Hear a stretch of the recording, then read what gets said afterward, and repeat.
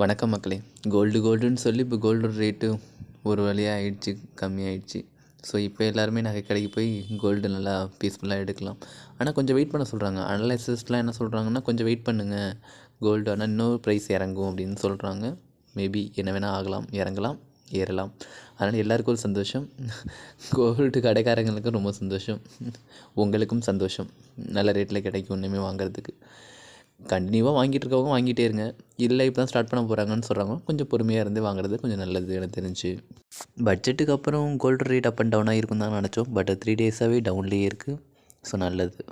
கிராமுக்கு 1000 ருபீஸ் டவுனில் தான் இருக்குது. அதனால் நல்லது. நேற்றையோட இன்றைக்கி வந்து 950 கம்மியாக இருக்குது. அண்ட் ஸ்ரீனிவாசர்லாம் சில்வர் பீஸில் போகாதீங்கன்னு சொல்லுவாங்க, சில்வர் வாங்காதீங்க. ஆனால் கோல்டு பீஸ் நான் வாங்கிட்டு தான் இருக்கேன், கண்டினியூவாக வாங்கிட்டு தான் இருக்கேன். நான் 1 or 2 தான் வாங்கிட்டு இருப்பேன். ஸோ இப்போயும் வாங்கிட்டு தான் இருக்கேன், நிறுத்த மாட்டேன் கண்டிப்பாக. இந்த கண்டென்ட் ஒரு நியூஸில் படித்தேன், சரி உங்களுக்கு யூஸ்ஃபுல்லாக இருக்குமே அப்படின்றதுக்காக இதையும் ஆட் பண்ணியிருக்கேன். ஸோ கவர்மெண்ட் பேங்க்ஸில் வந்து ஃபாரின் இன்வெஸ்ட்மெண்ட்டு 20% 49%க்காக உயர்த்த இந்திய கவர்மெண்ட் திட்டமிட்டுள்ளது. ஸோ இந்த நியூஸ் உங்களுக்கு யூஸ்ஃபுல்லாக இருக்கலாம் மேபி. ஸோ அதுக்காக ஆட்டோமொபைல் கம்பெனி ஹுண்டாய் மோட்டார்ஸ் நிறுவனம் வந்து குவார்டர்லி ரிசல்ட் அனௌன்ஸ் பண்ணியிருக்காங்க.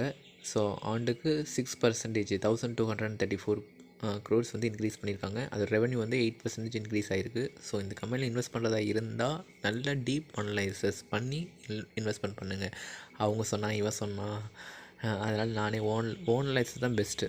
ஸோ ப்ராஃபிட் அண்ட் லாஸ் வந்து உங்களோடய போய்டும். ஒரு ஸ்டாக்கில் இன்வெஸ்ட் பண்ணுறதுக்கு முன்னாடி அந்த ஸ்டாக்கோட பேலன்ஸ் ஷீட்டு, அதோட அதோட டெப்ட்டு இதெல்லாம் செக் பண்ணி பார்த்துட்டு தான் நீங்கள் இன்வெஸ்ட் பண்ணணும். கவர்மெண்ட் டேக்ஸுக்கு அப்புறம் கவர்மெண்ட் டேக்ஸுக்கு அப்புறம் சிகரெட்டோட விலையெல்லாம் உயர்ந்திருக்கு. அதனால் அந்த கம்பெனி பர்டிகுலர் பங்குகள்லாம் ரேட்லாம் குறைஞ்சிருக்கு. ஸோ நீங்கள் என்ன தான் ரேட்டு ஏற்றினாலும் குடிக்கிறவன் குடிச்சிட்டு தான் இருப்பான். குடிமகனில் திருத்தலாம் முடியாது. அவனால் திருடனாய் பார்த்து திருந்தாவிட்டால் திருட்டை ஒழிக்க முடியாது அப்படிங்கிற மாதிரி தான். ஸோ அதனால் இதோட விலை எவ்வளோ தான் உயர்ந்தாலும் வாங்கிக்கிட்டு தான் இருப்பாங்க. அதனால் பேனிக் ஆக வேண்டாம். பெரிய ப்ரோக்கரேஜில் என்ன சொல்கிறாங்கன்னா, இந்த கம்பெனிஸை கண்டினியூவாக விழும்போது வாங்கிட்டே இருக்கலாம். 52 வீக் லோவில் தான் இருக்குது. நீங்கள் என்ன தான் விழுந்தாலும் வாங்கிட்டே இருந்திருக்கலாம். என்னது கண்டிப்பாக ப்ராஃபிட் தான் பண்ணும். இது மேஜர் பிஸ்னஸாக இருந்தாலும் இவங்கள சப்சிடி ஏகப்பட்ட பிஸ்னஸ் பண்ணுறாங்க. ஸோ அதில் வருவாய் ஈட்டிடுவாங்க. அதனால் இது பேர் பேனிக்லாம் கிடையாது. ஸோ நீ கண்டினியூஸாக இன்வெஸ்ட் பண்ணிகிட்டே இருங்க இந்த கம்பெனி மேலே. பிட்காயினில் நானும் இன்வெஸ்ட் பண்ணியிருக்கேன். இன்வெஸ்ட் பண்ணல நானும் ஒருத்தன் தான்.